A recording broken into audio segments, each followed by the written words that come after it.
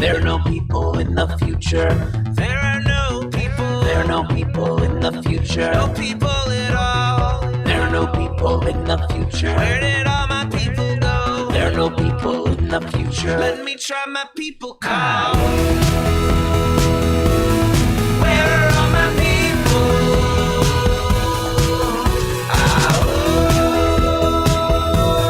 Where are all my people? I guess I'll fly away. Yes, it is Friday, everybody. Friday, April 23rd, 2021. Welcome to Raging Chicken's Out the Coop podcast. Yes, this is Kevin Mahoney, editor and founder of Raging Chicken. Each week, I talk to vaccinated shit poster himself, Sean Kitchen, about the good, the bad, and the ugly in state and national politics. That one's got some staying power, Sean, I think. Yeah, we are streaming live on our YouTube channel. Hello, everybody on YouTube. And I'm sorry if you got to see me having my little coughing fit there for a moment right before we go online. There you go. If you're over on our YouTube channel, if you're watching it live or if you're watching the kind of the replay later on, don't forget to smash that subscribe button, like this stream, and hit the bell that you'll know so you know every time we go live. On this week's show, guilty. Former Minneapolis police officer Derek Chauvin found guilty on all 3 counts in the murder of George Floyd. Now attention turns back to the work of fundamentally transforming policing in America. And the 3 former Minneapolis police officers who were involved in George Floyd's arrest and who stood by as Derek Chauvin killed Floyd will be facing their own day of reckoning in court in the coming months. As if to underscore that convicting Derek Chauvin would not change the rot at the core of American policing, police shot and killed 20-year-old Daunte Wright just 10 miles from where Derek Chauvin's trial was being held. An Axios reported this week that the Senate Democratic-Republican staffers see the Chauvin verdict as, quote, taking off the pressure, unquote, to pass meaningful police reform. A quote from their story stated, quote, senior Democratic and Republican aides who would never let their bosses say so on the record privately told Axios the convictions have lessened pressure for change. And if to underscore that point, what the hell is Nancy Pelosi doing this week? Right? Does she, after the Derek Chauvin trial, she comes out and makes a statement that Derek Floyd died for justice? And he, whatever, thank George Floyd? Are you kidding me? Is she actually trying to hurt Democrats and prove to everyone that she and others in the party are completely out of touch? Apparently, I don't know how else to explain it. I mean, that's the charitable reason or review of it. Crazy. And India set new global record for the most number of COVID cases in a day, more than 330,000. Until now, the United States was the only nation to see that number of cases in a day. Hospitals in Delhi, and this is like, if you've been following this case at all, if you haven't been following this case at all, you should. It's absolutely devastating. Hospitals in Delhi and other large cities in India are running out of oxygen. Indian journalist Raina Ayub, I think, told Democracy Now!'s Amy Goodman, quote, it's an apocalyptic situation in India right now, unquote. With a population 4 times as large as the United States, the devastation from the virus could prove catastrophic and lead to the spread of new virus strains. The explosion of COVID cases in India has further exposed inequity in vaccine distribution globally.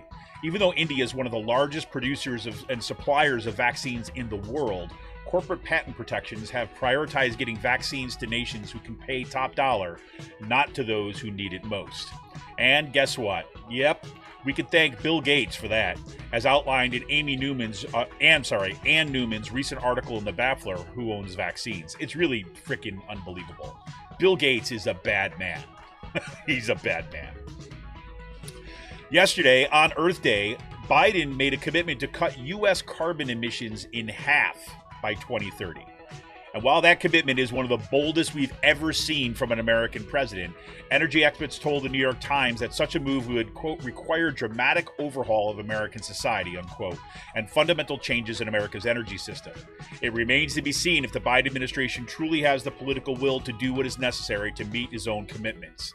And it should be noted that climate scientists and activists had pointed out that even Biden's bold goals are not enough to stave off some of the worst effects of climate change.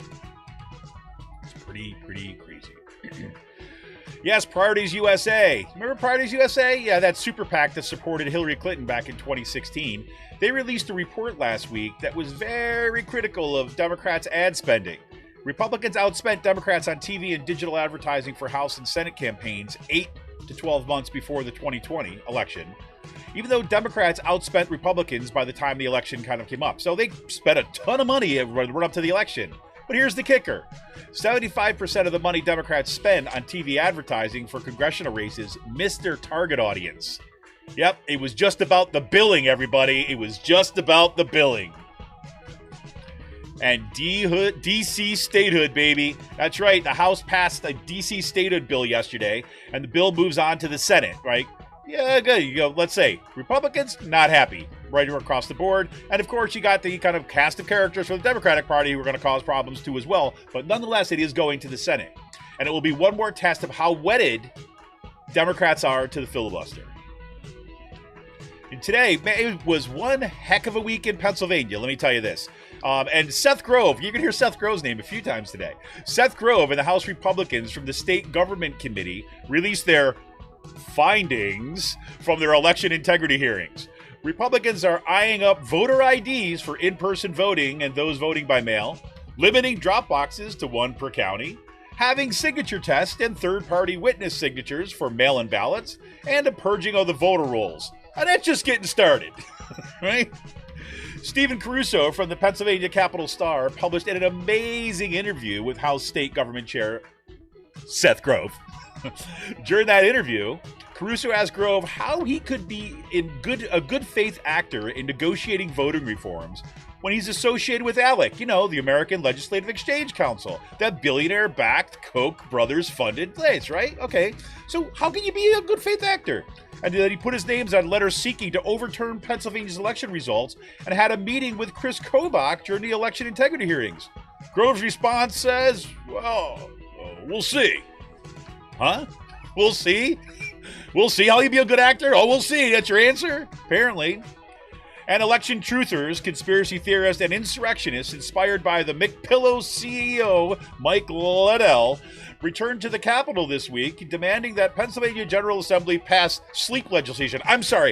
pass legislation to conduct a complete audit of the 2020 election. Yep, there you go. And the event was such a hit that independent journalist and documentarian Zach Roberts traveled to Harrisburg for it. Welcome, Zach. Zach, I miss you, man. I miss you. And Chris Dush went full-blown cold warrior in the middle of the Senate Appropriations hearing.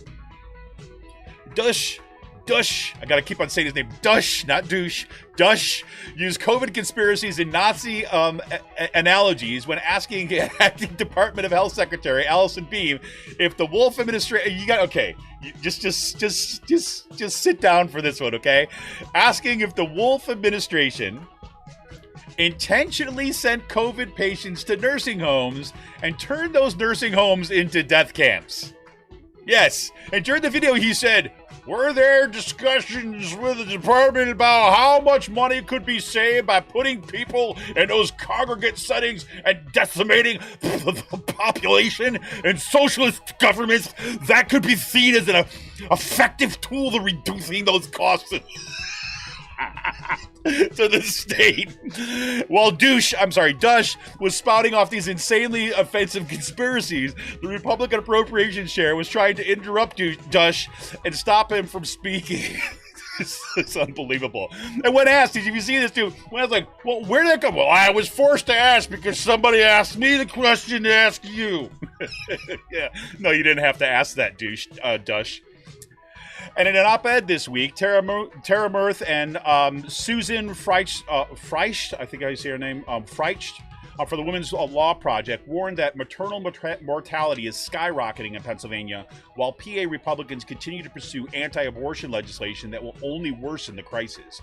HB 1977 is a near-total abortion ban. SB 21 pretends to protect people with disabilities as a justification for restricting abortion rights, and HB 1890 would mandate a death certificate be issued for every abortion and would threaten medical providers who did not obtain a death certificate.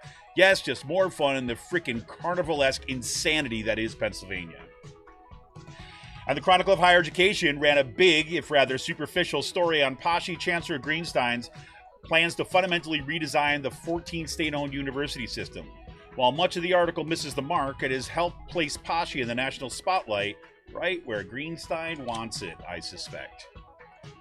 And it's coming Monday, we'll have APSCUF President Jamie Martin on the show.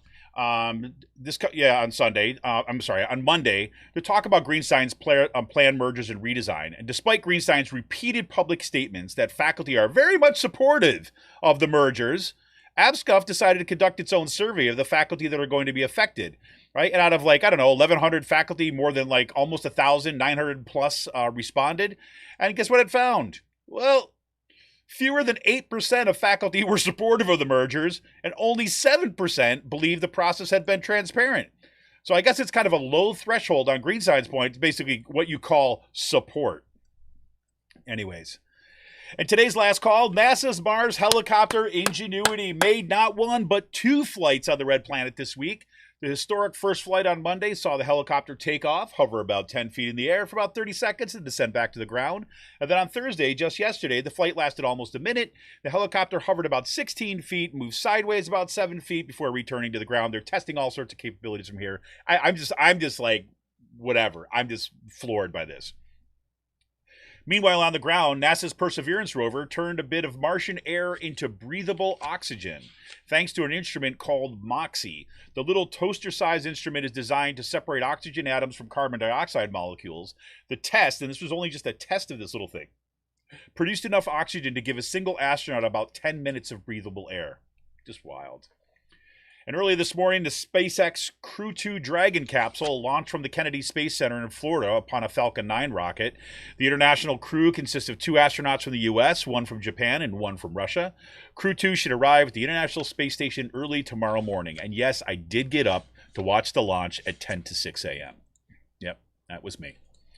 And SpaceX beat out Blue Origin and defense contractor Dynetics, to win.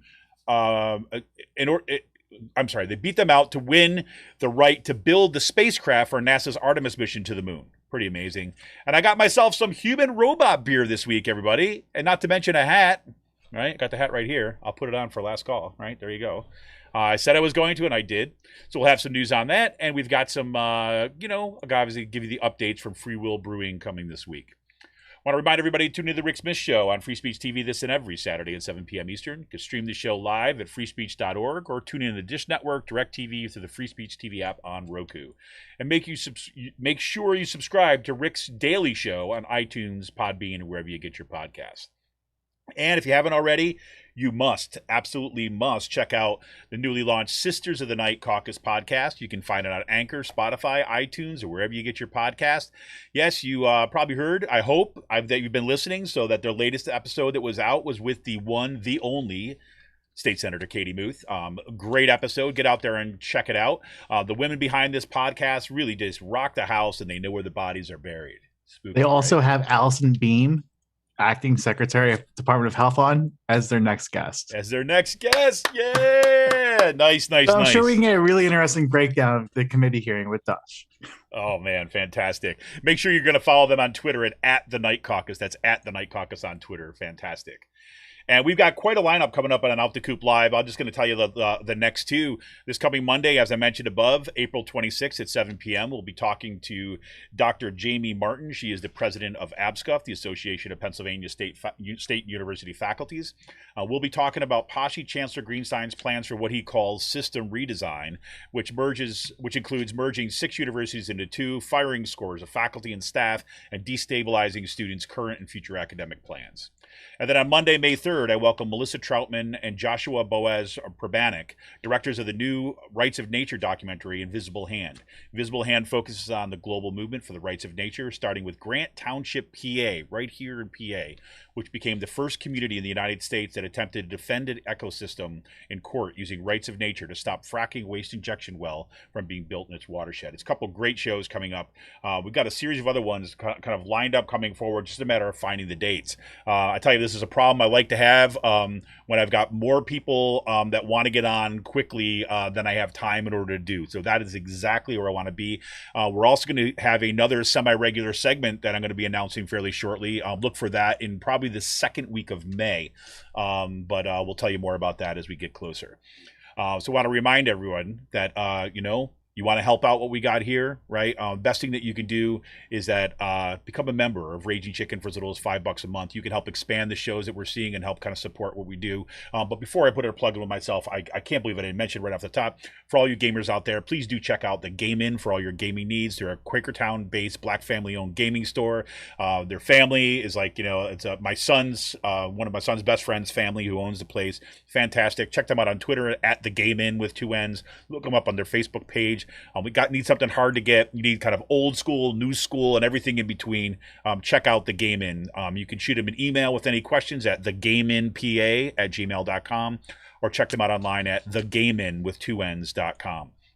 And yes, if we want a progressive future, we need progressive media. Support Pull No Punches, homegrown progressive media today. Become a patron of Raging Chicken for as little as $5 a month. Just go to patreon.com/rcpress. We got rid of Trump, and now the hard work of building a progressive future begins. We're here for the fight, and we need you. Become a patron for the price of a good beer once a month. Help keep the media in the movement, and the movement in the media. Become a patron for as little as $5 a month by going to patreon.com/rcpress today. Whoo, Sean, it has been quite a week, man. Oh, sorry, I was muted. No, definitely. I don't know where to begin. I mean, I guess we could start off by saying that I really enjoy the fact that like Harrisburg has an infinite amount of like golden turds that you can mine on a weekly basis, because it's the gift that just never stops giving. Oh my God! Oh my God! That is pretty clear, and that will be 100% clear today when we. I mean, I think maybe April 23rd becomes like kind of Dush Day from now on or something like this. It's like let's return to Dush Day 2020. We'll do that like every year. We'll go back and look at what Dush was doing the week before. He's someone I'm gonna have to start pulling some sound from, because it looks like he might be the next crazy.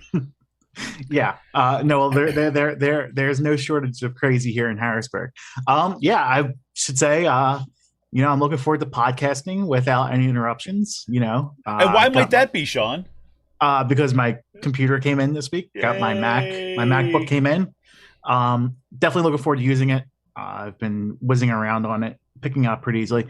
I don't see the jump being that big, but no, I am waiting on my monitor to come in, and then my full like workspace redesign will be over with. So what will you do with all your time then? Just play around on my computer. Oh, I thought you might be working or something then. No, good. And I hope people can see this too as well, because I'm looking at it. I know I'm messing around with the screen right as we speak at the moment.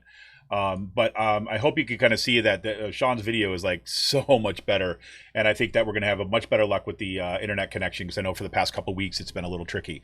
But Sean, I actually don't know, so I will say I don't know if Allison's coming on. Shanna just messaged me. I thought I heard in one of my group chats that she was, but I guess we'll see. Oh yeah, might have been a different podcast or a different chat. I got mixed up, so. Sorry about that. But oh yeah, and Christopher just basically said, no, actually, Chris, it's actually it's not it's not sunburn, if you can believe it. It's a little bit of a windburn and a little issue adjusting some of the settings on my camera. So he said, I look like I got a little sunburn. No.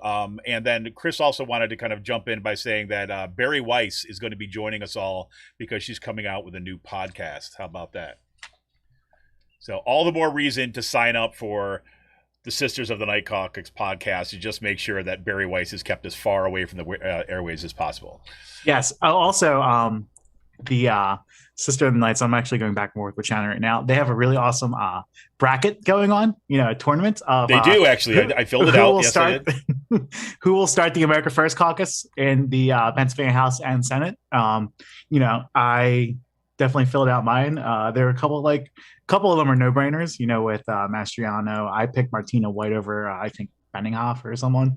But yeah, so they are promoting the crazy in Harrisburg.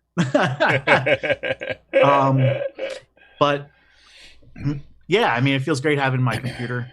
It feels great to being able to podcast without interruptions and not worrying about my connection on my end zonking out. I ended up getting a MacBook with like 16 gigs of RAM in it, so I think I'll be pretty good for the time being. I hope so, man. I hope so. It looks great. It looks great. So I'm very thrilled. Yeah. But let's get into it. Let's talk. I mean, obviously, the biggest news, like nationally this week, arguably, is the guilty verdicts in the Derek Chauvin case. I mean, it's it was one of those kind of things. I think that going into it is like, okay, this has got to be right. This has got to be the case that the guy goes down for murder, because I mean, if we talked about this off air a little bit last week. But my feeling was, if he was acquitted on these charges, man, all bets are off. I mean, because it's like, if you cannot, if like killing someone in broad daylight by kneeling on his neck for more than 9 minutes, almost 10 minutes, right, while somebody is filming you and you don't give a shit about it, and that doesn't get you murdered, then I don't know what else does.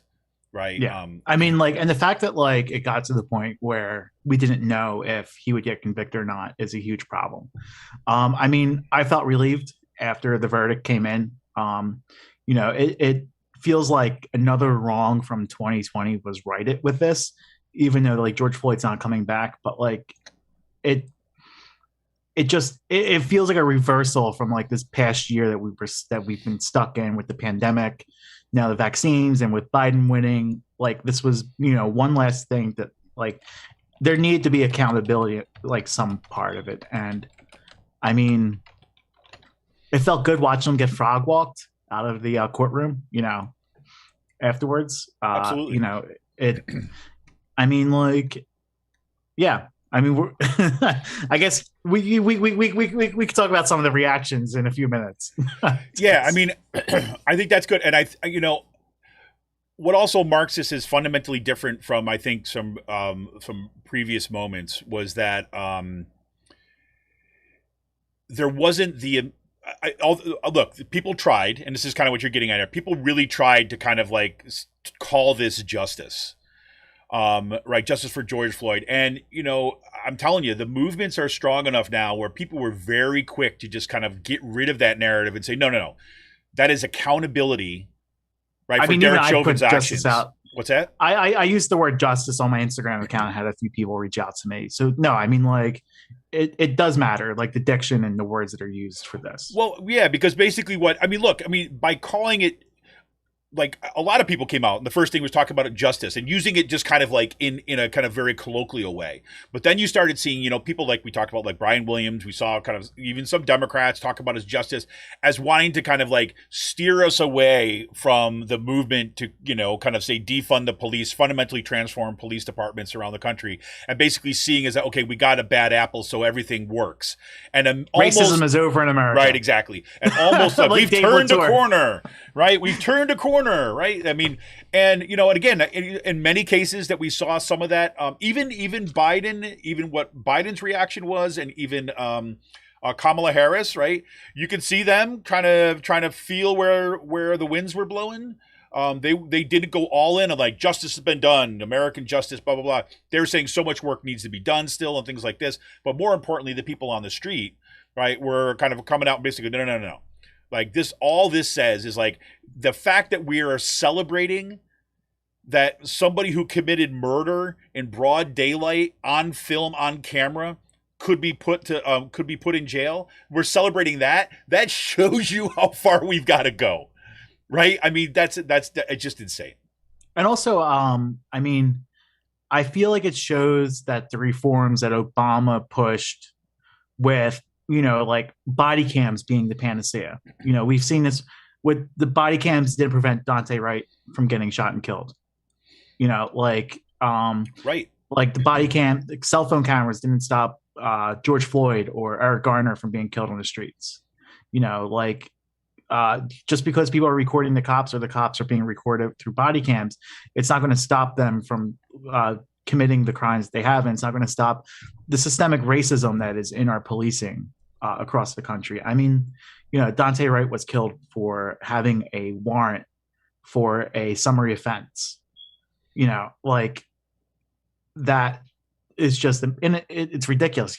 I had an argument with someone, or got like back and forth with a friend of mine on Twitter about local police offices having radar machines, like for speeding and stuff like that, because this is an issue that's been brought up for decades now in Pennsylvania and has just never went through the legislature and passed. And I've now the argument, no, cops shouldn't be having, most of these interactions happen because of racially profiled traffic stops. Right. So if you give cops, the means to hitting people with speed guns, like who are they going to pull over? Especially here in Harrisburg, when you have the Capitol Police Department, pretty much like racially profiling everyone that they pull over as black. And when they don't even live in the city, they don't have anything to do with the city. All they're doing is just going from state building to state building, and they over police the neighborhood as if it's like their jurisdiction. Right. Exactly. So, I mean, we have a lot of changes to be made, and it's just like stuff seeing it here in Harrisburg and all, like this is not the end. And, like the reactions coming from some of the Democrats were fucking abhorrent. Yeah, absolutely. And like, let me, before we get to those reactions, the one thing is that, what was the fact that you saw, Daunte Wright kind of get killed, during this trial. I mean, I don't know how much more you underscore like how bad this is. Not only is he like another 20-year-old that was killed, and let's remember, it's like we also saw the footage that was released from, when the police that killed that 13-year-old, the 13-year-old kid in Chicago. The footage of that just came out during this too as well, right? And then was it yesterday?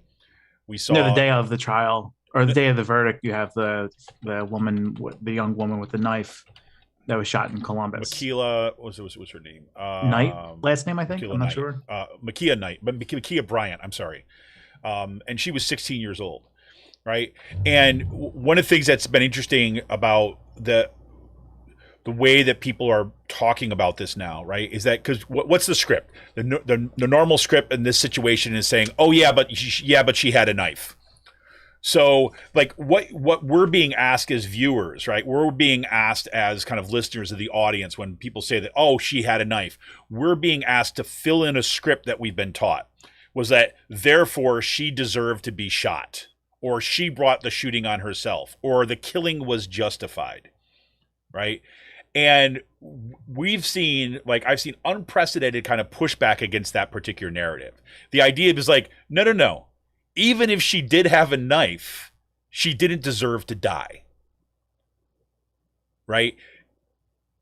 Using that in that situation, she did not deserve to die. She should have been tackled. She should have been, whatever it might be. Right? Worst case scenario, maybe use a taser. Right? But to kill her and shoot her? Right? So that's the kind of pushback that we're beginning to see thanks to the Black Lives Matter movement, right? And how many white mass shooters have we seen get taken in armed with no repercussion or recourse? Or you have Rittenhouse, who was able to walk past police lines after shooting 3 people with his AR-15. Exactly. And able to go home that night. That's just, it's insane. So, there you go. And once you get those points of comparison and you see the kind of quick pushback, you've had some Democrats have had to really kind of backpedal. And I have to say, probably the worst of it all had to be Nancy Pelosi this week coming out with a reaction to the trial. Do you have a worse reaction? Seriously, can you come up with a worse one? No, I don't. No, obviously the Fox News crew and the right-wing media, they're going to do what they're going to do. I do think Trey Gowdy had a really good reaction. I saw Trey Gowdy's reaction, just saying, like people still, it was still like, it was kind of bad, but it was like better than Nancy Pelosi's. Like, score is better than Nancy Pelosi. He's just like, I'm a former prosecutor and the system worked. And like, people should be glad that we still have institutions in this country that work and that we have faith in. And we're able to have like 12 people come together and come to this decision, and the right decision. Trey fucking Gowdy of all people had it. Exactly.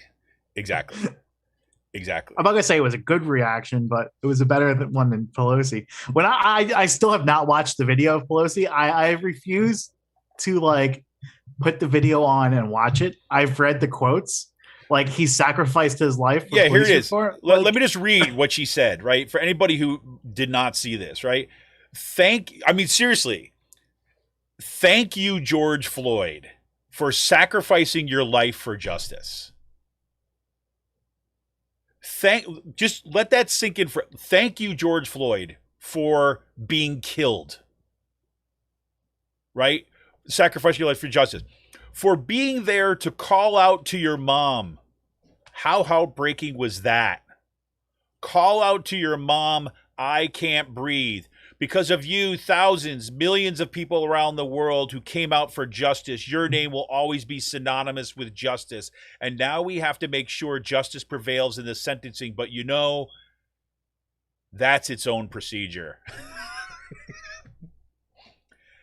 I mean, yeah, exactly. Your reaction is the only reaction you get. It is so freaking cringe. Yeah.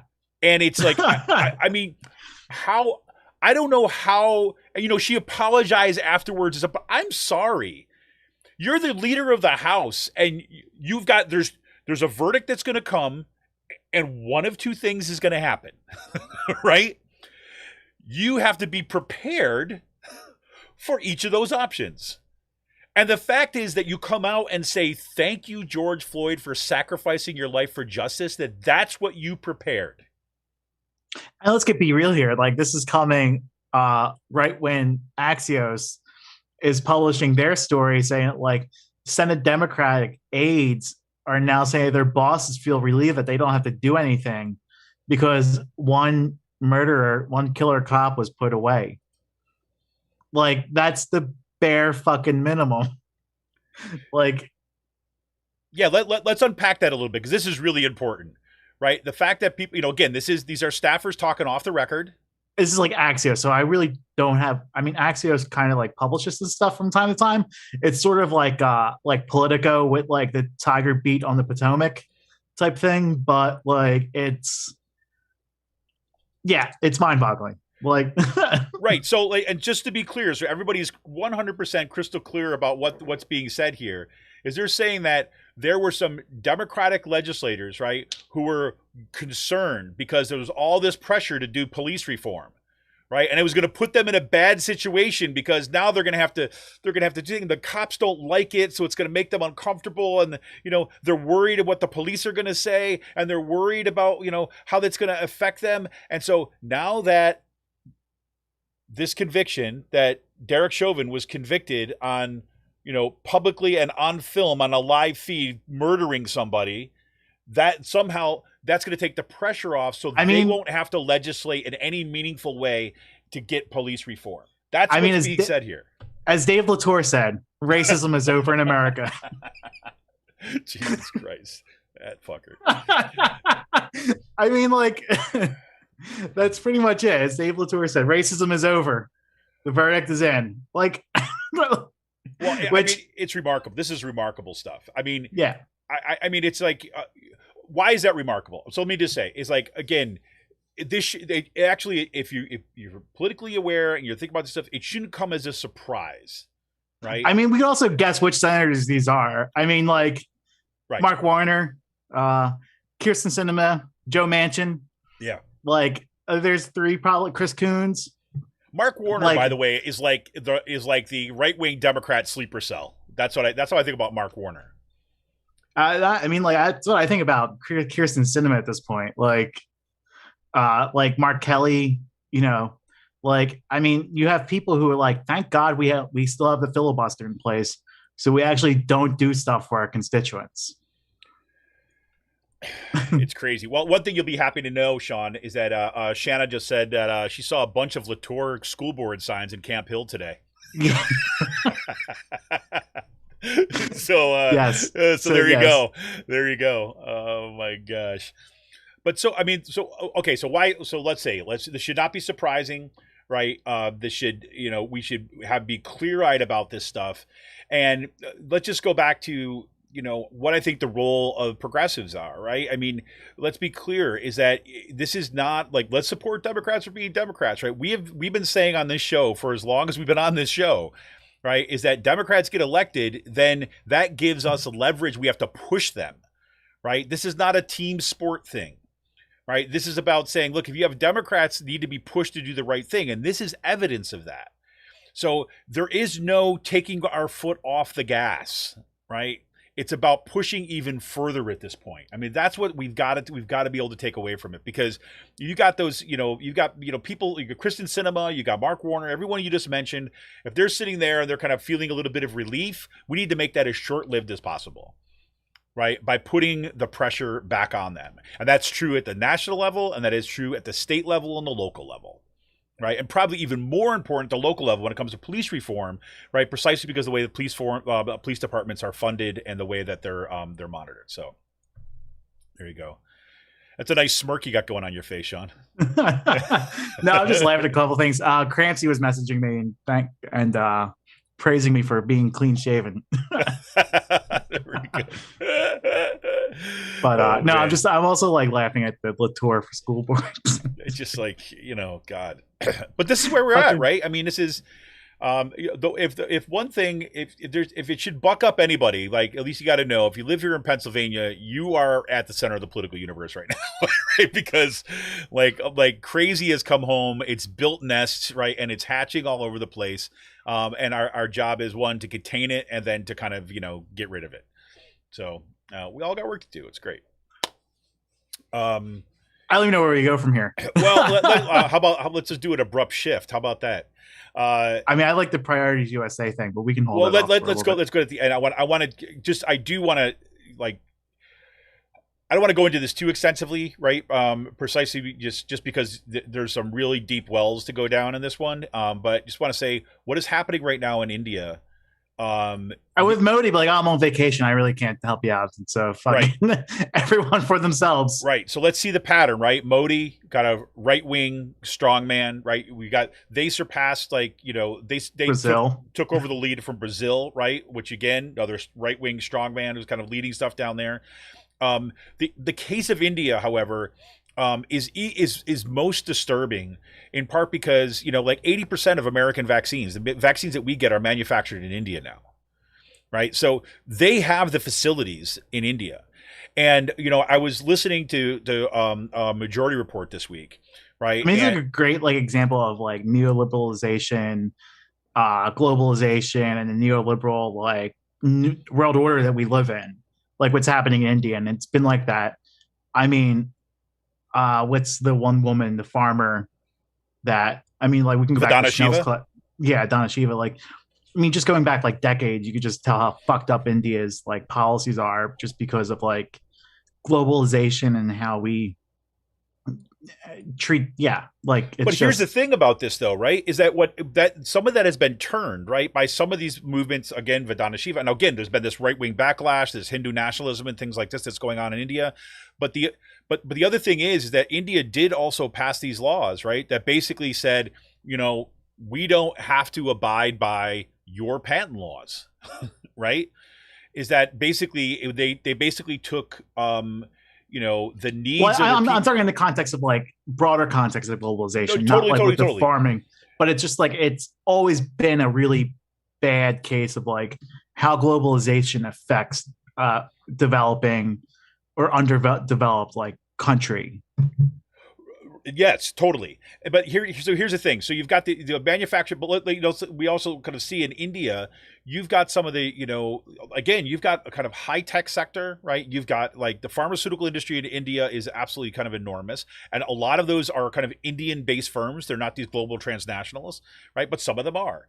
Right. What was fascinating about listening to Ann Newman on the Majority Report this week, and then reading her article, right? It's kind of check it out in the Baffler, Who Owns Vaccines, is that she was able to point out that the movement, right, the World Health Organization, right, and normally how you do stuff with these vaccines was all set to go ahead, right, and basically say, how do we go about having a global approach to this stuff? Now, usually what that entails, it means of kind of you obviously you allow corporations to recoup their money, but you basically open up the patent on it, right? So you allow the production of generics, right? In order to make sure that the most people have the vaccine. That was just about to happen. And there was a systematic way that this was going to happen when none other than Bill Gates stepped in, right? There's this organization that he helped set up at the last minute called COVAX, right? And you'll hear it all over the news. And that's basically the one that's supposed to be handling the global stuff. The principle behind COVAX is that you have to protect intellectual property rights of pharmaceutical makers, right? And then use this COVAX thing as an intermediary that protects those patent rights, right? Protects the intellectual property rights, and then we'll decide where the vaccine goes, right? I'm being very, very reductive in terms of how it works here. But that would be responsible for negotiating prices with different places and so on. It was Bill Gates that intervened in that. And it was a remarkable story in terms of what she tells in there. So I really want to encourage people to go check out Ann Newman's article in the BAFTA. It's called "Who Owns Vaccines?" Check out her interview on the Majority Report this week, because it's really important. The long-term effects of this are enormous. I mean, not only when India is facing a shortage of freaking oxygen. So this reporter that was on for Democracy Now! This week that I kind of mentioned in the intro, she accounts a situation where there were 22 people in this one hospital that she was there reporting on, who kind of went into the ICU, right, with COVID, right? And they all died at basically the same time. And they didn't have to die. But the reason that they died is the hospital did not have access to oxygen. Right? That is just disturbing beyond all belief. And let's remember that India's population is 4 times that of the United States. So if you're talking about 330 plus thousand cases in one day, right? That still pales by comparison when you're talking about kind of like cases per million, right? If you kind of eat it all out like that. But the flip side of that is even more disturbing. If that outbreak in India becomes proportional to the outbreak in the United States, you're talking about 4 times the number of cases per day and 4 times the number of deaths. Most likely higher in terms of the death toll, precisely because they're facing oxygen or oxygen sources in key hospitals in major cities. In addition to that, the sheer number of people that are contracting the virus, and they're seeing that, again, it's all these new strains, right? The strain that came out from the UK, we're seeing some of the strains that come out from the South Africa, and some ones that may be specific to India.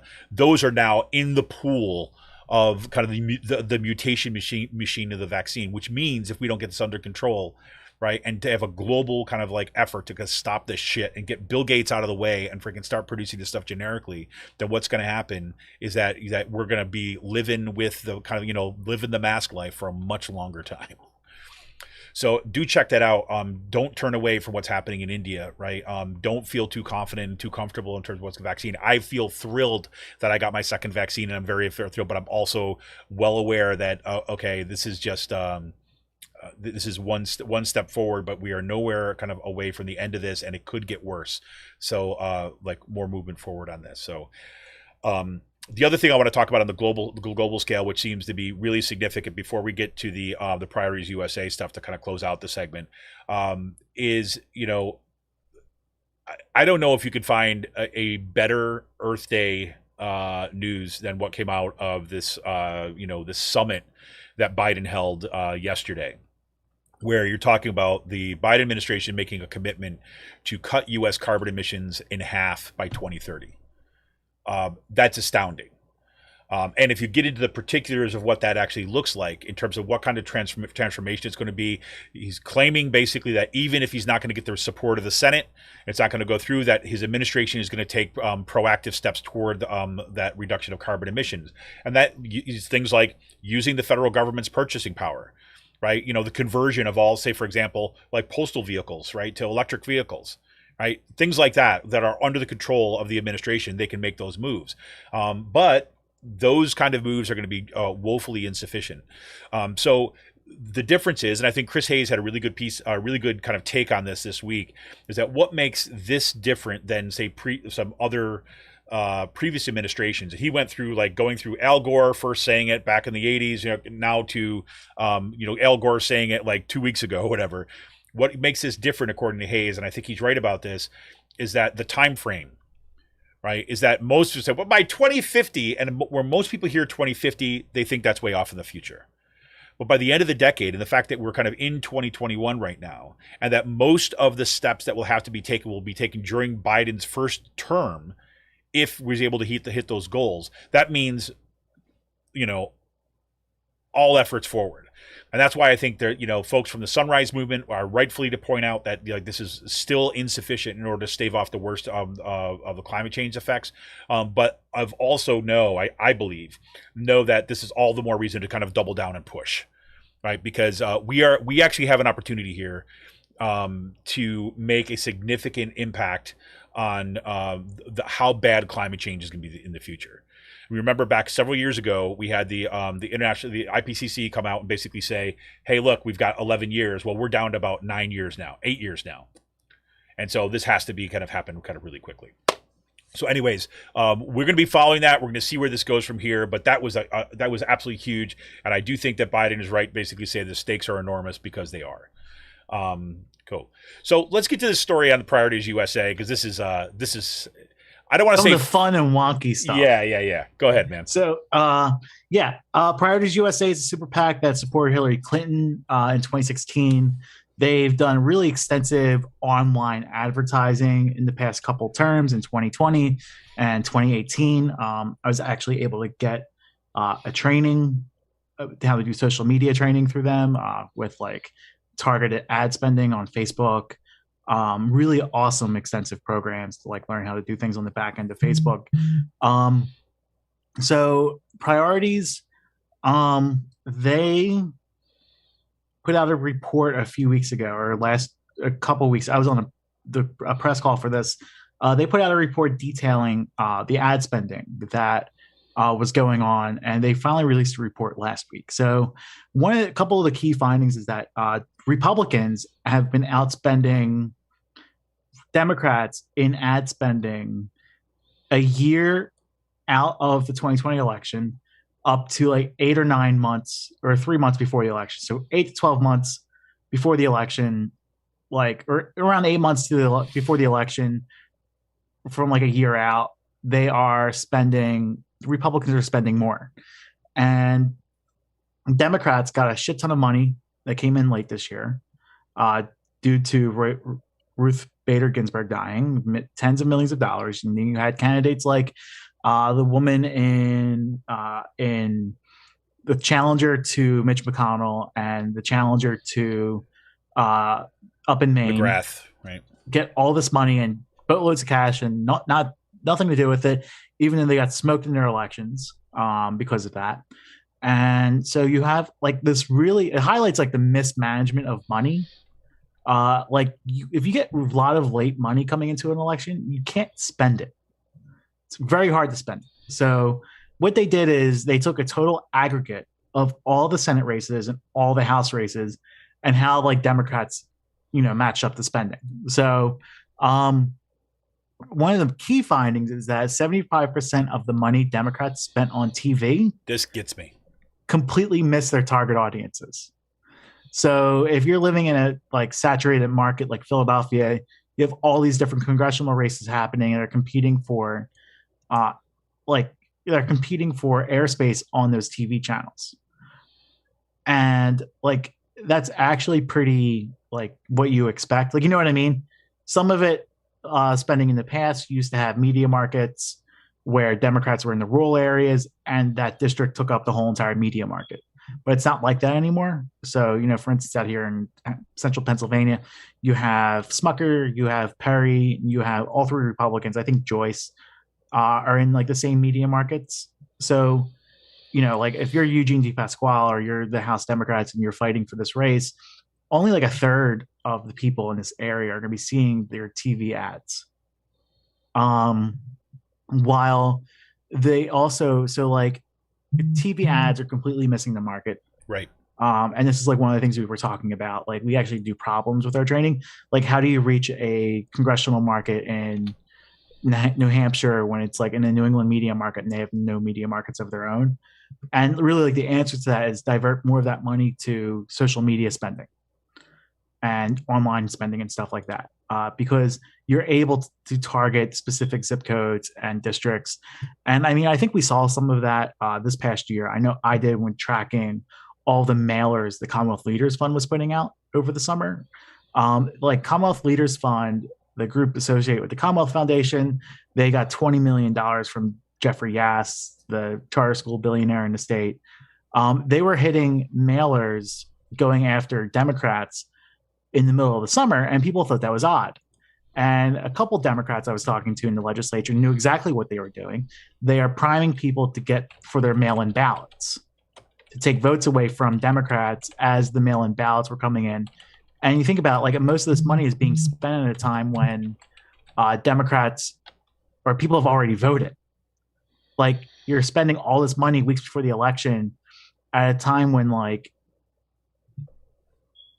you are, like, a good chunk of the people you're reaching have already voted. So it's a really interesting report. I will put a link into it. I didn't link it up yet, but it's something that's just like it's infuriating, and it just shows you like sort of like the mismanagement, I think, of money spending within the Democratic Party. Even though Democrats outspend Republicans, they're not doing it wisely.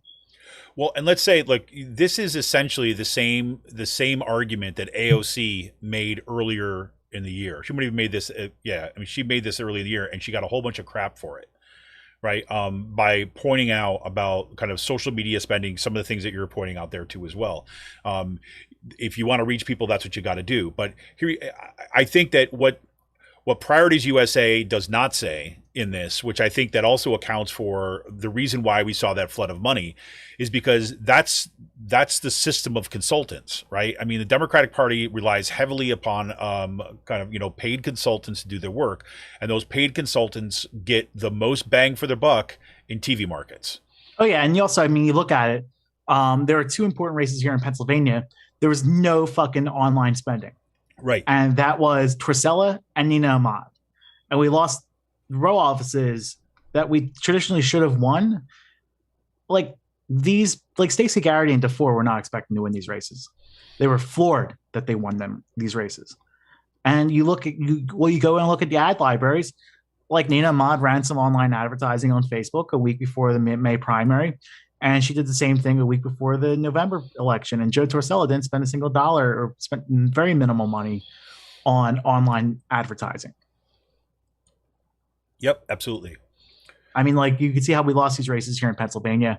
I'm not going to say like this is exactly why, or like this. No, but it's a contributing factor, right? No, it is definitely a contributing factor. There was no online game with these two row offices, and really just it's just. Well, and I think there's been no reflections as to why we lost these seats either. Right, and it also kind of like, and I know that the report was primarily looking at kind of like media spending and use of media dollars and things like this too. But if you're thinking about the flood of money that's coming in, is that also I need to be thinking about, say, what is the winning strategy, right? I mean, one, you could hit like TV,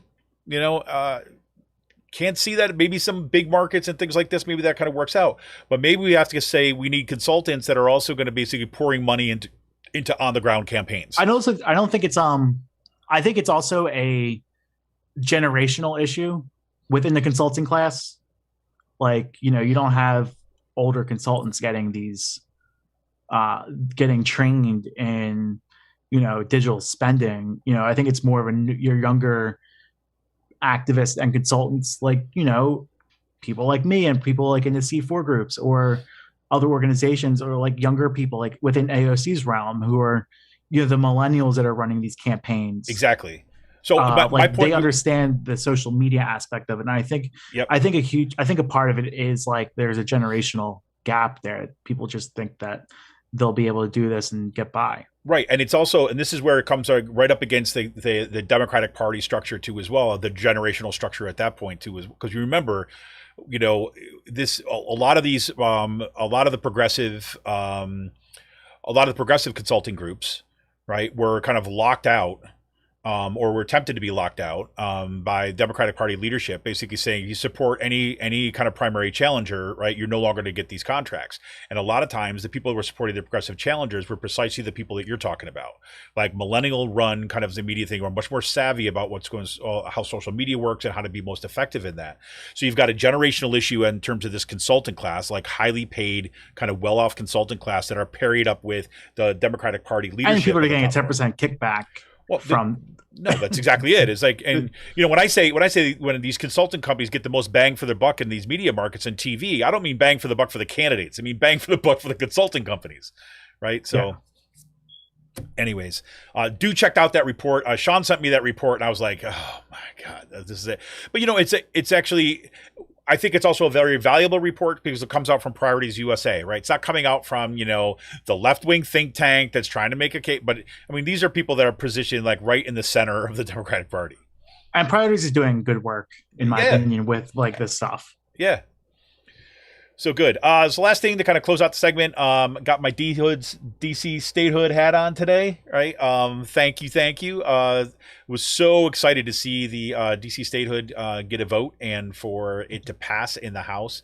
When I lived in DC, I campaigned for the Statehood. I campaigned for local candidates who were running on the Statehood party. And it was, I have my license plate, taxation without representation. This is a long time coming. And again, we'll see what happens in the Senate, right? I get this. I'm just thrilled that actually was actually put to the floor and put to a vote, and now it's actually being used as a leverage. And then you've got some kind of really significant voices coming out and in support of it and putting pressure behind this bill, which is pretty amazing. So, and if you could, figure out, like, once again, that, more people live in Washington, D.C. that live in some kind of Western states that are dominated by Republicans, you got to see why this is an important thing. All right. So look for what Mondaire Jones said on the House floor yesterday. Look it up. Pretty much like just destroying the racist talking points coming from Republicans. So do look for that. Yep. Indeed. All right. This is Kevin Mahoney, editor and founder of Raging Chicken. Thank you for sticking with us for here. And we're going to be back just in a few minutes, or just in a minute, probably less than a minute, to talk a little bit about the insanity that broke loose in Pennsylvania this week. But you know what? That's kind of like saying, it's another week in Pennsylvania. All right, so this is Kevin Mahoney. Another day that ends in Y. Another day that ends with Y. This is Kevin Mahoney, editor and founder of Raging Chicken. I want to remind you can help support this broadcast. You can help expand this podcast and all the work that we do by becoming a member, by becoming a patron, by going to patreon.com/rcpress today. You can become a patron for as little as $5 a month. We'll be right back right after this.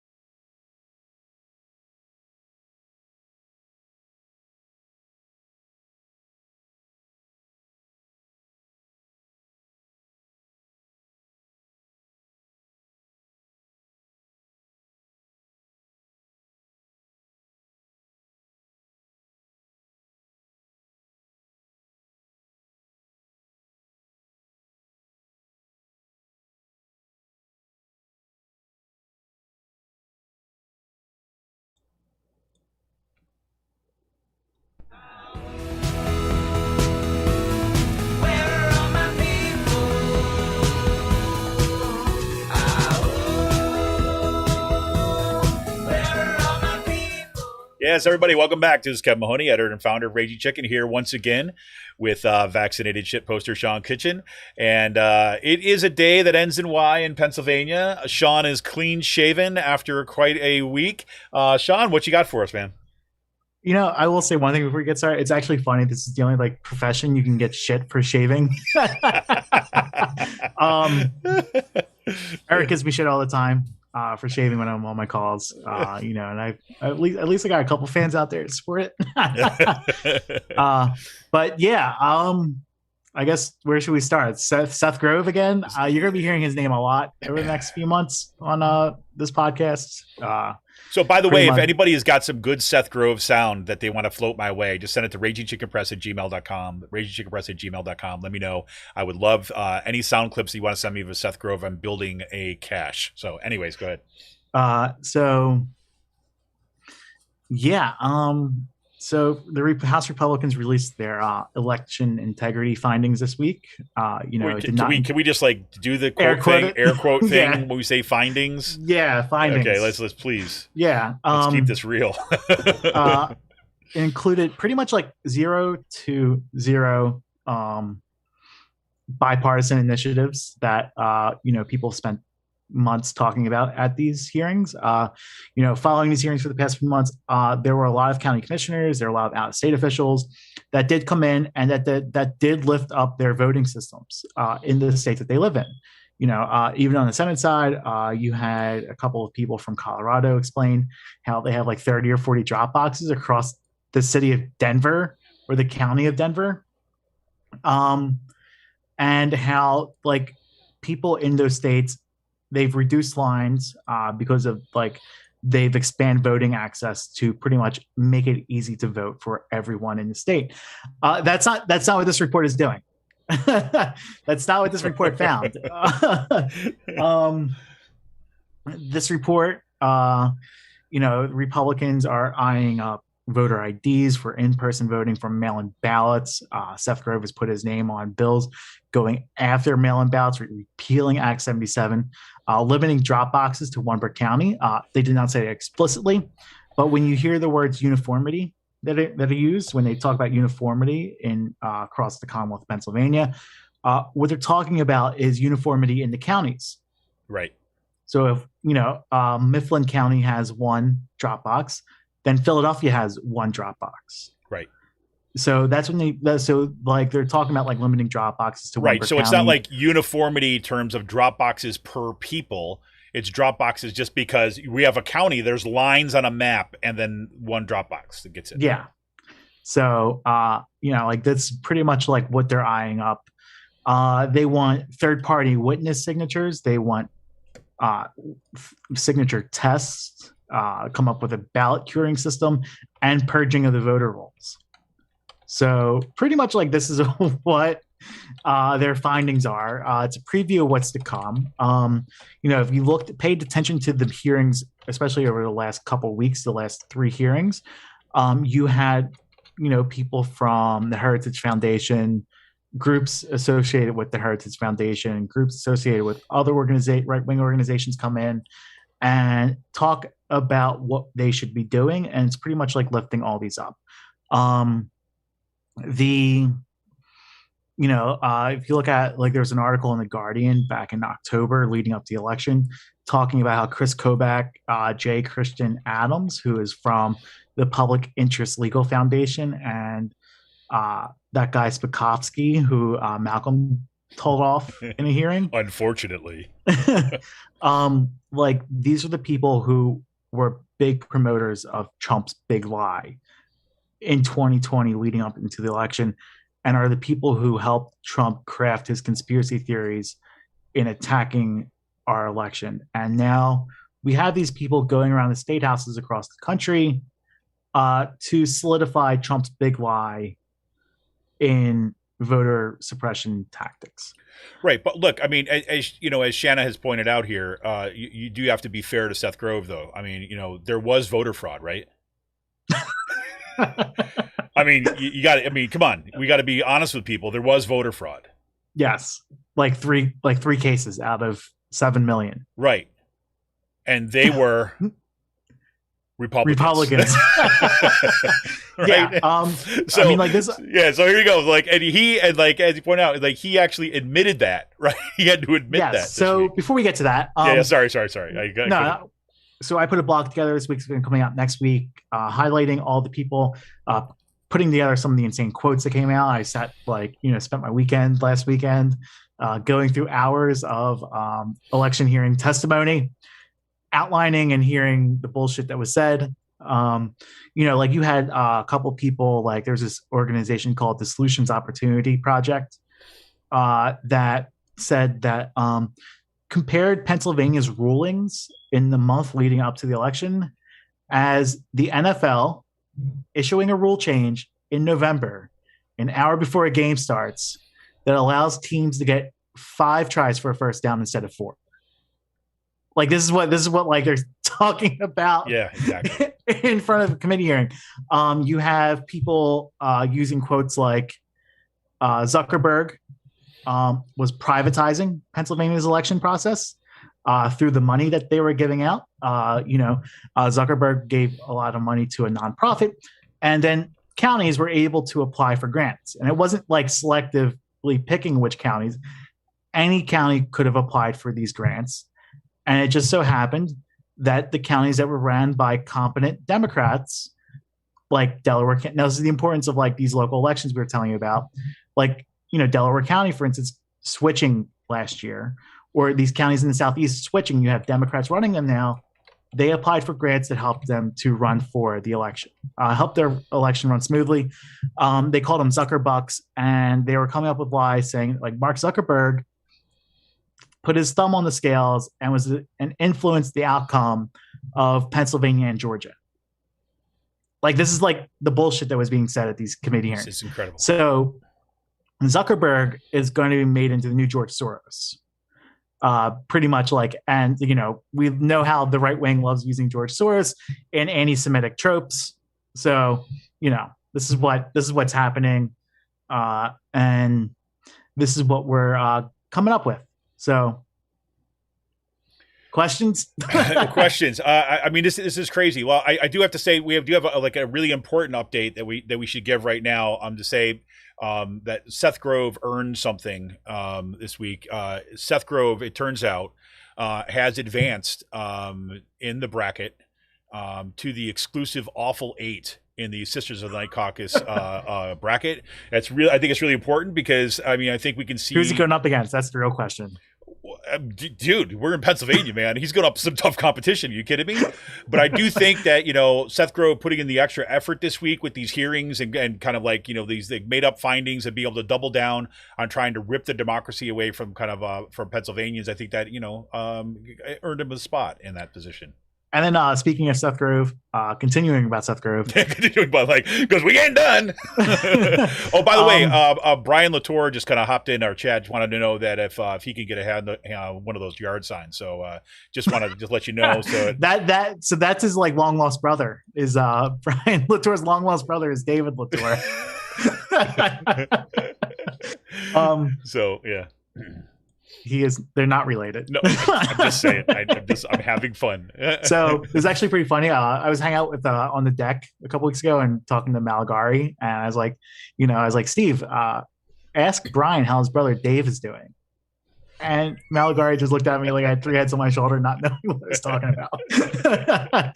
So I had to explain the joke, which doesn't make it fun after that. So no, yeah. So before you get this, the stuff on Seth, on Stephen Caruso too as well, I do want to point out that Christopher kind of jumped in the chat too. When we were talking about these drop boxes, for example, he just kind of put out some numbers there. Here's just for an example. So Berks County had only allowed 2 drop boxes for 421,000 people last year, right? And York County had 500,000 people, only had 1 drop box, right? So that's showing kind of like where the effects. So and speaking about drop boxes here. Oh, go ahead. No, I was going to say is like, and that's, you see, there were already these right wing nut jobs were already doing it in counties that were going to limit their, potentially their own constituents access to this stuff. But the effect of this is going to be that much more pronounced when you start talking about Lehigh County, Northampton County, when you start talking about Philadelphia County and Montgomery County and so on. So here in Dauphin County, last year they had 2 drop boxes set up. One in like northern Dauphin County, which was unsupervised, no surveillance cameras, and where all the white people went for their drop boxes up there. And they had one in Harrisburg, and you had to go inside the county courthouse. You had to go through metal detectors, through security. And that was seen as like a voter suppression tactic, because that's where all the black and brown people live at in the state. And, like enough people were raising so much hell over it that they forced them to put the drop box outside in front of the county building where people could just walk up and put their drop box in. So yeah, no, we've seen that same bullshit here in Dauphin County, where like the people the good people, the white people were able to have no block. There was no dissuasion from them, right? No barrier from them. While like if you lived in the city or you had to go through a cop, go through a metal detector and all that stuff. Like there was a barrier for that. So there was all that stuff. So going on, continuing with Seth Grove, Stephen Caruso did a really good interview this week with Grove on how he can be a good faith actor. Yeah. I was going back and forth with Caruso. There are times I feel like Caruso treats Grove with kids' gloves on at times. This was not one of those interviews. But I'm glad he really did this interview with Grove. Pretty much like questioned him on, Grove signing the letter to overturn the election, leading the organizing in that, his association with the American Legislative Exchange Council, and his dinner with Chris Kobach. And Grove responded, "We'll see." And then Caruso followed up with like 3 or 4 follow-up questions, walking him through each and every point he made in his first question. So props to Caruso on that. He got a lot of good, a lot of people were giving him praise online with that. And it was a really good interview with Grove. Very cool. Yes, kudos all out to Stephen Caruso. That was great. I do love that response too. Is like, well, can you be the good faith actor? Well, we'll see. We don't know. I mean, what would you be even like if you're trained as a politician? What are your response to that? To automatically should be like, of course I could be a good faith actor. No, he's just like, oh, we'll see. maybe not. So, like Zach Roberts came in town this week and is leading into the next time, but he was actually asking some really good questions at the press conference on Thursday. He came up on Wednesday for the Audit the Vote rally. He's doing a documentary on the Stop the Steal stuff, especially the work he was doing down in Georgia and Atlanta in particular. So he wanted to come up here with this. We've been going back and forth. So for those of you who don't know, Zach Roberts is a photojournalist, right? He's worked for years with Greg Palast, right? He does a kind of investigative work. He's done absolutely amazing work. He was the one who took the photo of the younger kid getting his shit kicked out of him at Charlottesville that went like pretty much on every single newspaper across the country the following day. He's a really good photojournalist. He was up here on Wednesday and we were talking about he was asking questions, but you saw Grove in action with reporters. Mark Scarfolo from the AP was asking about well, what about your members spreading misinformation? Like, aren't you concerned about misinformation being spread about the results of the election? And he said, well, that's why we had this election integrity process. And he dodged the question completely. Like, no, your people were lying about the results of the election, right? And you're answering about the process of the election. Like, those are 2 completely different things. Like, there are journalists out there that are pressing Grove and others on the complete misinformation that was spread. And I think this segues perfectly in the next part because oh, you mean about Chris Dush? No, about the Audit the Vote rally. Oh, of course. So yeah, there was an Audit the Vote rally that happened on Wednesday morning. Seth or Mastriano was there. I just love it. Yep. Mastriano was there. He sounds pretty defeated. So I actually think Mastriano is going to peter out. I don't think he's going to. I was going to ask you about this has been in my head for the past week or something. I wasn't thinking about it today before you brought it up. This is the first time I've seen Mastriano speak publicly about the Audit the Vote stuff. He's still hung up on this election integrity stuff. I actually think he's not going to be the force he's going to be in the governor's race due to the COVID restrictions being lifted, people going back to work, and the shutdown. We don't have the lockdowns anymore. Like I feel And I got people the are getting impression, paid too, right? I mean, I think that the fact that there was a $1,400 stimulus check and things like this that is actually coming through, and some I of mean, these, still like 100, 150 people showed up, but these are like diehard QAnon right, conspiracy theorists, right. election truthers, insurrectionists. There was one point like Zach Roberts was talking to one person, and the guy's like, "I didn't make it into the Capitol," and like 8 people around him raised their hands, like, "Oh, we made it into the Capitol," like on January 6th. Like, and the cameras in the building are like, and he's panning. Well, he's doing it. He panned everyone like with their arms up in the air. So, no, I mean, like, but Mastriano spoke for 7 minutes, and he was talking about like the infighting and how we can't be devouring ourselves, and gave like a really defeatist like speech. And it wasn't your typical Mastriano speech. Good. I don't know if it's because he's getting investigated by the FBI or something, but like, they could put a little damper on your parade. I mean, I would assume so, right? But I mean, it seems like his stuff is like petering out. Good.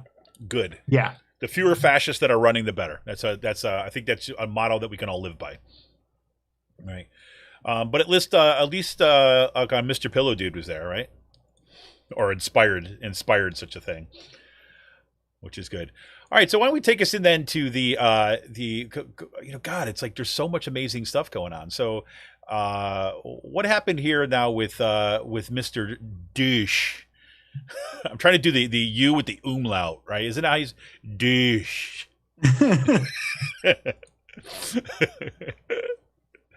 Fuck.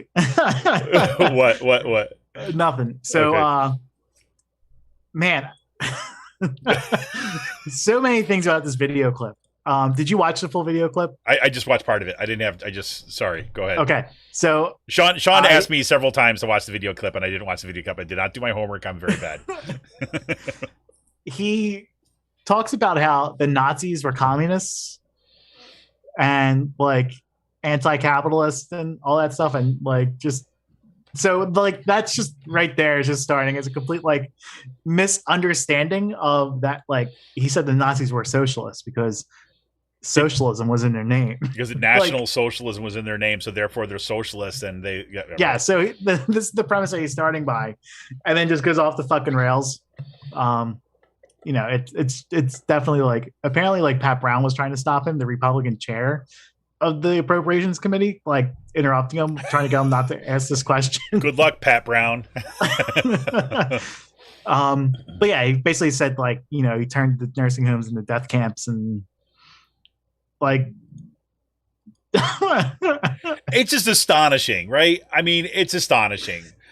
I mean, it's one thing like this motherfucker's in office. That's what I mean. It's like, you know, the thing is, okay, look, this stupid motherfucker is in office. But it also tells you, right? I do think, right, that when it comes to him, right, it does show that this is not just like, okay, he wants to show that he's Trump. I think he believes this shit. And he's also in office because of the Commonwealth Foundation giving him $500,000 in his primary to beat Scarnati's preferred candidate. $5,000 goes a long way in Pennsylvania. 500,000. That's what I said. 500,000. I meant. Okay, sorry, I think you said 5,000. No, sorry. No, 500,000 goes a long way. Yep. Yeah, like so crazy. So I think I'm gonna have to put. This is like the other thing I'm gonna have to pull sound from. This is why I'm really mad that I didn't watch the video, because I think that that would have been some fun sound to play today. So maybe we're gonna. I mean, and also like the secretary, the acting secretary, she really just answered the question in stride without like trying to stop, like, you know what I mean? Yeah, like, yeah. No, this did not happen. Oh God. So oh, God. I mean, that's all I got. So that's all you got. All right, great. Yeah, I mean, like, I don't know what else to say about it. No, other than like crazy, and we should have sound to be able to play for you right now, but I don't have it. So again, I'm a bad person. So that's the way it is. It's been. I'll say this before. It's like it's been one heck of a week. This has been one of my most packed weeks that I've had this semester, and I'll talk a little bit more in today's last call. But I'm barely ahead of what happened a minute ago right now. So just wanted to point out too as well. Do check out the link in today's notes. Tara Mirth and Susan Freich, I hope I got her name right, for the Women's Law Project. Really kind of lays out again, wants to put a spotlight on these pieces of legislation, these anti-abortion legislation that's being pushed once again, and they put that, I think, very effectively put this in context of like, we're seeing that there's been a skyrocketing of maternal mortality in the state of Pennsylvania, and that bills like these, right? Let's say this is kind of like a line that Sean and I have walked over the years, right? Is that yes, we could probably say that if any of these gets to Governor Tom Wolf's desk, he will veto them. Right? We could say them. We might even say that some of them might not make them kind of like to a full vote, or might not get. Let's just kind of say all that stuff, right? So the purpose of these bills is, half of it is to get them passed, right? I think it's pretty clear. All these people who are advocating for these bills, the anti-abortion bills, that would be HB 1977, SB 21, and HB 1890. They would all like to see them happen. However, even if they don't happen and Wolf vetoes them, if they ever get to his desk, right? This is meant to create a cultural push, right, and pressure back on different communities, right? It's when you basically say any doctor who performs an abortion has to get a death certificate for the fetus, and then if they don't, then they're going to have repercussions for that. You're threatening doctors, you're threatening health providers, right? And it's meant to create that climate, right? And it's meant to kind of carry over, and that's what builds these kind of like these right wing like climates of fear and pressurized. So they're important to pay attention to, and especially when you're talking about it in a context when actual women, right, are affected by this, and you have an increase in mortality rates, right, in the midst of this pandemic. So do check that out. That again, it was an op-ed they had out this week. It was in Penn Live, and I believe it was some other places too as well. Another piece that came out this week, I'm not going to go into this a bit because we're going to talk about this on Out to Coop Live on Monday. But the Chronicle of Higher Education now has picked up on the fact that you've got, the former like Bill and Melinda Gates higher ed dude has come to Pennsylvania to kind of radically redesign the state system of higher education. And so they have an article, a pretty significant article came out on Wednesday by Lee Gardner. I'll tell you right off the top, it's called "A System Leader Sells His Vision for Remaking Public Higher Ed." It's a pretty superficial read. If you've followed anything that's been happening in the state system here, if you've been listening to this show, you're far more informed than this article is going to get you. The point is that Chronicle of Higher Education is like the go-to reporting paper on what's happening in higher education. The point is precisely to kind of build up his credibility and build up his cultural capital within that space. And so now there's a national spotlight on it. And that's kind of reflected in the way that we kind of see this kind of put out. And the entire article is basically set out as kind of like, well, there's a crisis in higher education because of lack of funding, and what else are you going to do? So he might have to make the hard choices. And he came from the Bill and Melinda Gates Foundation, and he's coming to Pennsylvania to swoop in to save the day. And the picture of him is looking kind of concerned and all that kind of stuff. The one thing I'll say, I didn't talk a lot about this last week, but I will say this. This is why I'm having Dr. Jamie Martin, the president of ABSCUF, on the show on Monday. The Board of Governors meeting was last week, and I talked a little bit about this last week, but I was so freaking disgusted about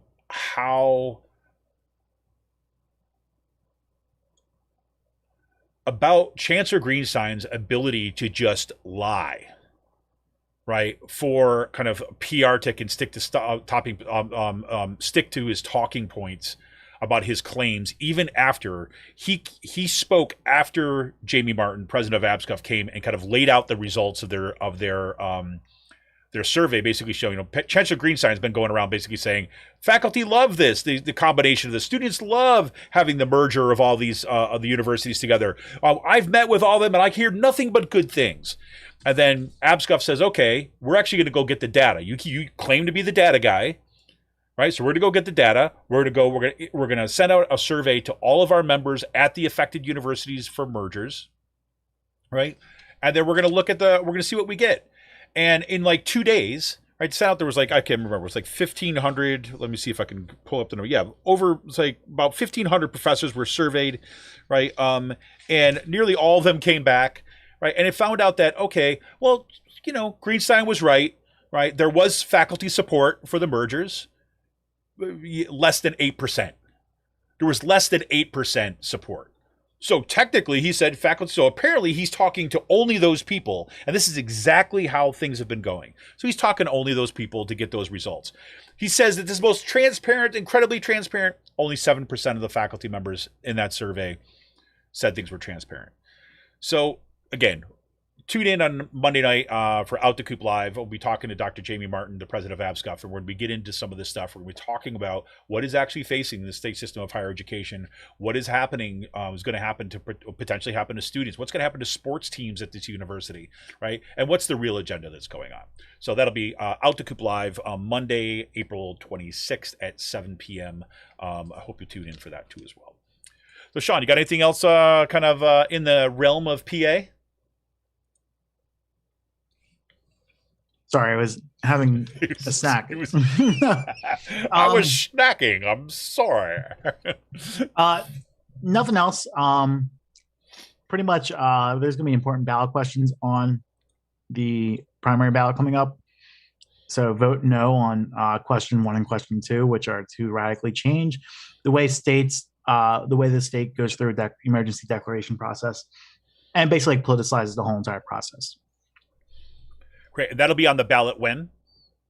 In the primary. In the primary. Yeah, to change the state constitution. That's the 18th, isn't that correct? Yes. May 18th, the primary. Vote no on question number 1 and number 2.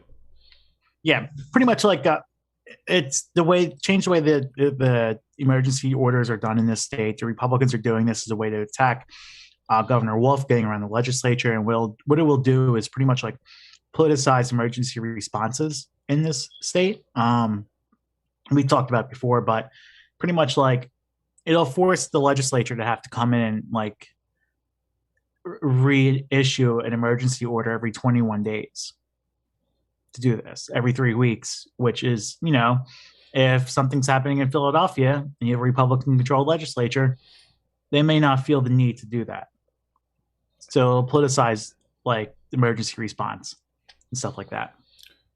There you go. You heard it here. Vote no on question number 1. Vote no on question number 2. Great. All right. There's a lot more we could talk about, but we're not going to talk about it because we're running kind of a little long as it is now. So this is Kevin Mahoney, editor and founder of Raging Chicken. Want to remind you can help support the show by going to patreon.com/rcpress and become a patron for as little as $5 a month. We'll be right back after this quick break.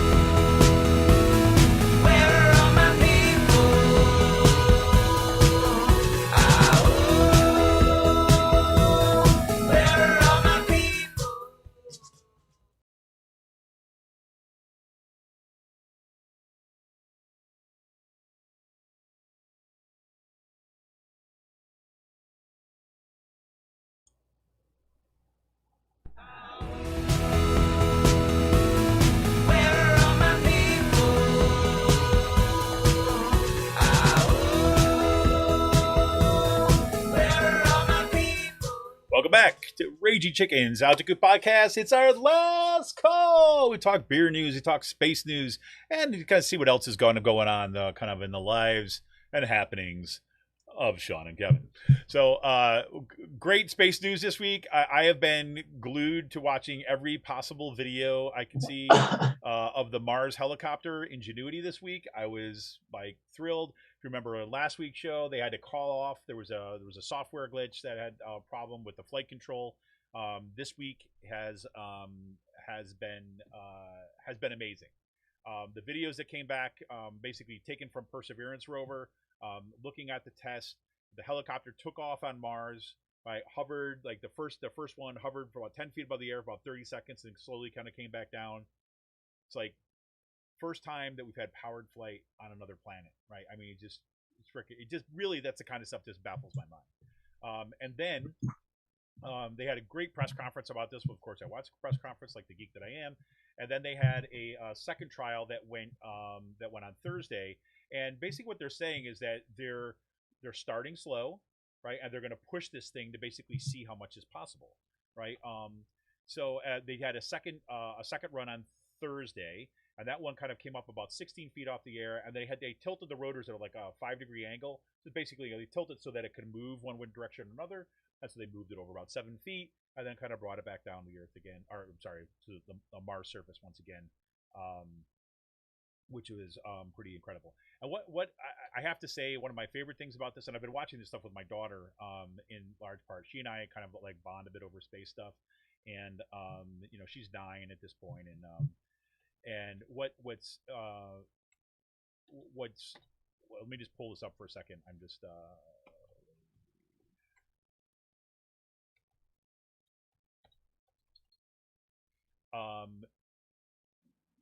one of the I'm just trying to come up with her name. I'm sorry. Oh, I feel so bad.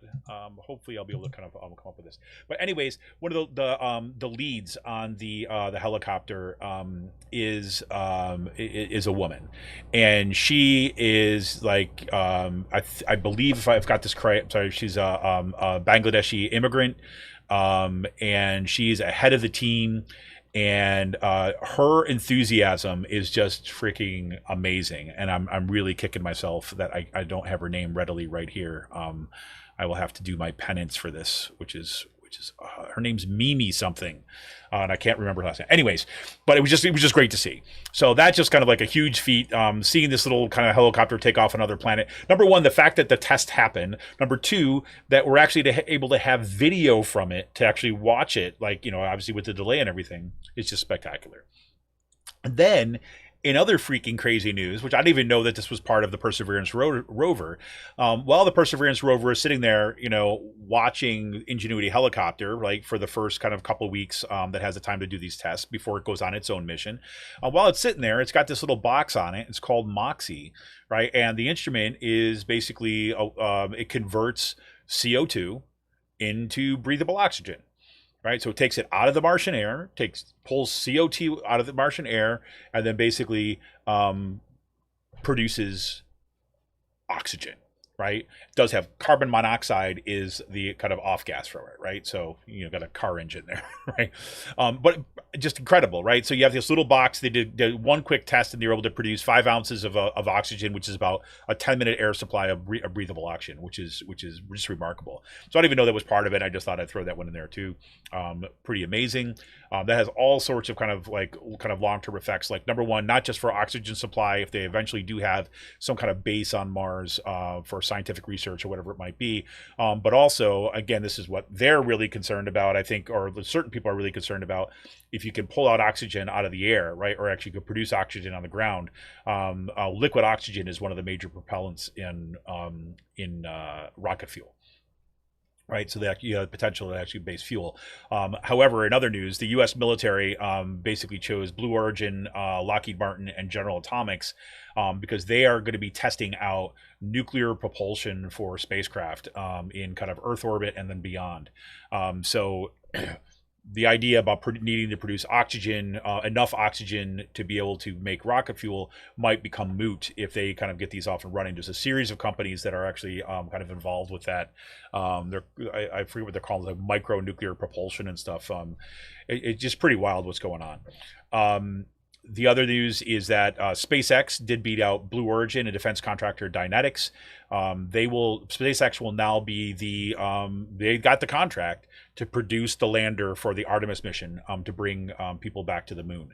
And that's just, you know, again, huge. You can see what's happening here. So this, the other thing I always want to go by and highlight some of these things too, is because if you look at some of the players here, you're talking about Blue Origin, which is Jeff Bezos' thing, right? So you got a billionaire-led company. You got SpaceX, Elon Musk, billionaire dude, right? You've got Lockheed Martin, one of the largest defense contractors like on the planet. Same is true for Dynetics. They're a little bit smaller than Lockheed Martin. They're on General Atomics. Go ahead, sorry. Isn't Dynetics a Scientology thing? I keep on saying it's Dynetics, right? But Scientology is Dianetics, right? So I keep on mispronouncing it because that's what I think of when I see it every time. Hey, looking to bring Scientology to Mars. Right? So the red just planet another grift. Right, exactly.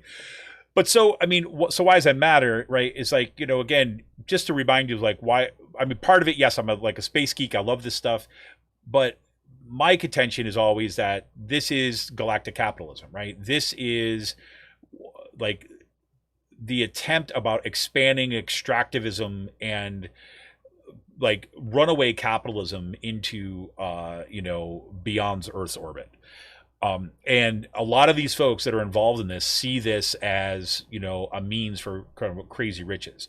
If you remember, not too long ago on the show, we talked about there was this asteroid that there was a probe that was sent out there. It was a Japanese asteroid, or Japanese probe that went to this asteroid, took a sample from the asteroid just to kind of see if it could be done, right? And then kind of analyzed it and kind of brought it back, and they looked at it.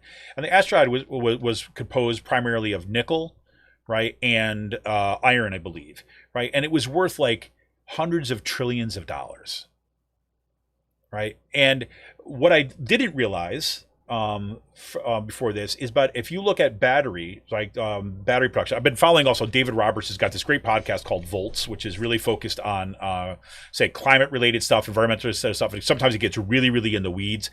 He's had like battery week last week when he was looking at, say, battery technology. And what I didn't realize is that one of the primary elements, right, one of the primary materials that you use in some of the more advanced batteries is nickel.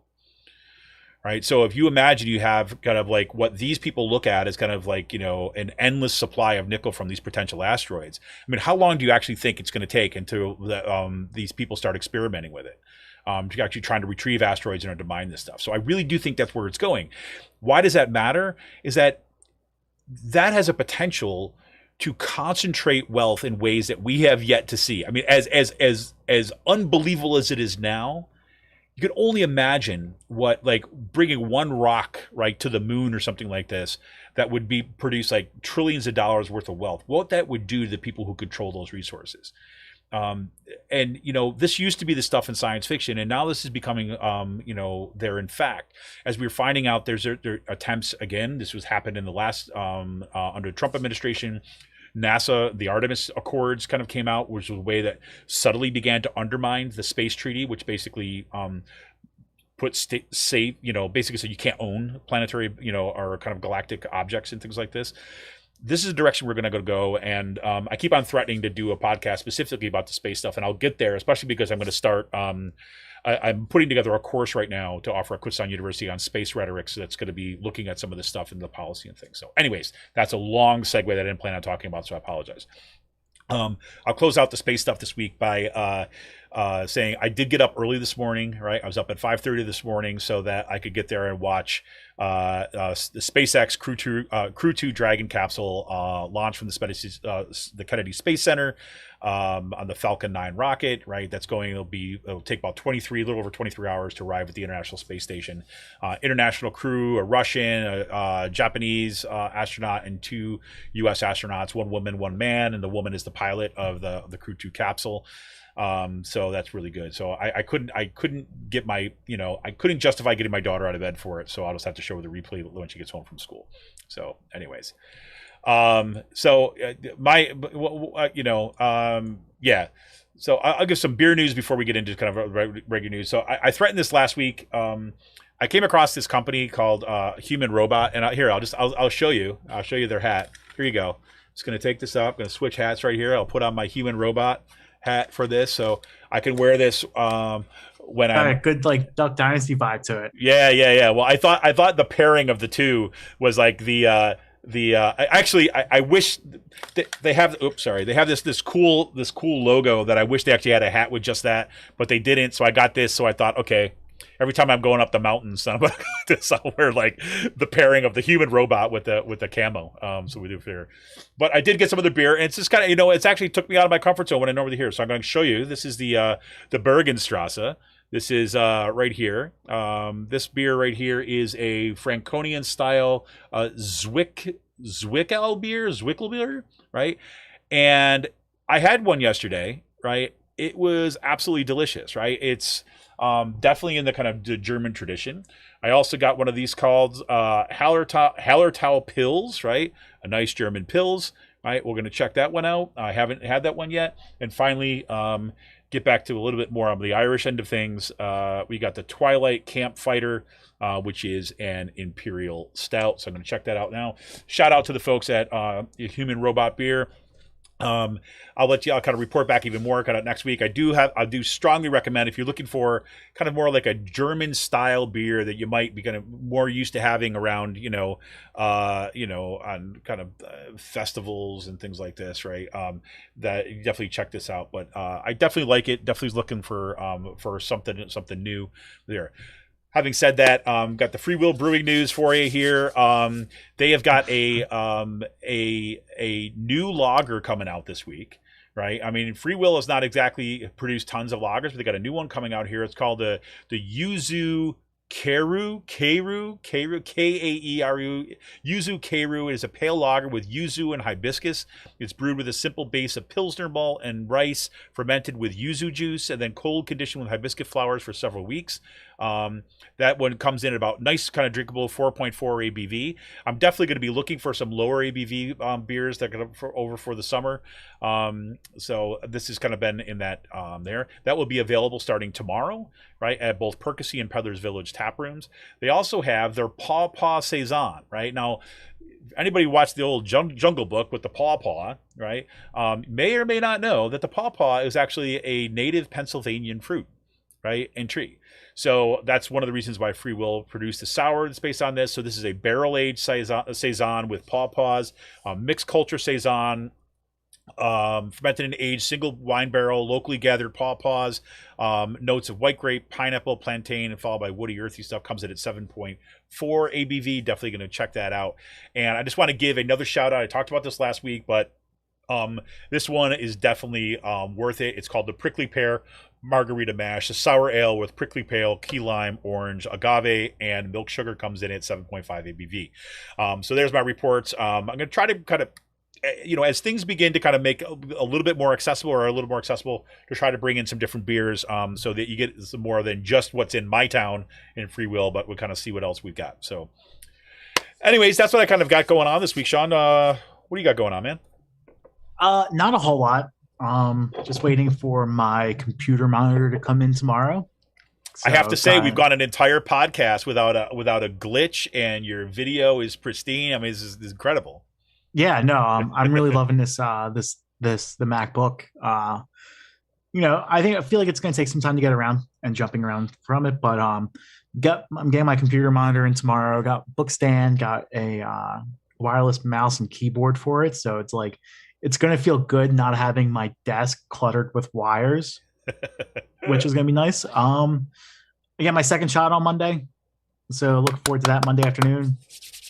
And then, what else? Not a whole lot. Just waiting for the warm weather to get here. Yeah, I was going to say, I had to cover my plants this week, which is an absolute. I was so mad, but I mean, like, I knew it. I planted stuff way too. My wife and I planted stuff way too early, but we went out to the garden center and we're just like, just screw it. We're just so freaking tired. We want to get out and dig in the dirt and plant some stuff. So that's what we did. Covered up everything. I took everything off today again because we had 2 nights in a row of freeze warning, and everything survived, which is great. So we shall see. My big thing this week, I mean, we're heading out to the end of the semester now. So like my, grading and just like plowing through the last part of the week has just been nuts with its meetings and everything like this. And at my kid's school, my daughter was hybrid, right? So she was like home 2 days and in school 2 days, and they did Zoom one day, and she really loved that. And they just took away the hybrid option, and we think primarily because of the standardized testing stuff coming up. But I had an opportunity to talk to the principal and saying that, actually there was a lot of students. I mean, again, between my wife and I, particularly me, right? I mean, I'm working from home, I'm teaching from home. So we've got a flexible schedule, and that is not the situation for most people, right? So I know that we had a certain kind of like ideal scenario for a hybrid, to making sure that we were kind of safe and balancing that. But that wasn't true for a lot of other students. So she's back, and she's had a really difficult time. And it's when you start seeing some of the impacts that the pandemic has had on kids, just kind of what's going through their mind that they don't talk about on a normal basis, like just kind of feeling unsafe and things like this. And routine being changed with like a month and a half of there. So that's been really tough. So that's I think it's pretty stupid that the schools reopened. I agree. Like this late in the season. I agree. I do think it's because of testing. I think it's because of the testing. But yeah. And then we got some big news coming out Monday. I don't want to give too much, but keep an eye out for what's going to be happening on Monday.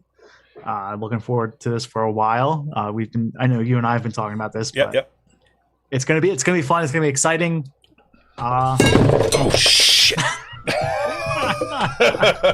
That's not good.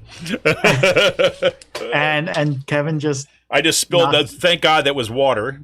I thought it was your coffee cup. No, it was water. It was water, but and I do have this. So I just hope I didn't ruin my phone. That's how I'm gonna end the podcast today. See, there's my phone, just drying it off, doing nothing like that. But yeah, no, we got some cool stuff coming up. Looking forward to. We've been planning this out for a bit. So keep an eye out, and then you got to look at that. That will be available on Sean's Twitter feed, his Facebook account, his lifestyle channel. Everything. I'm also making I'm going to be making a chicken caprese salad. Ooh, nice. After this with pasta, nice. like a one pot pasta with shells. Yeah, so I got everything earlier. Just out of curious, how do you spell that? Because I'm learning from you about how to spell Italian things. So.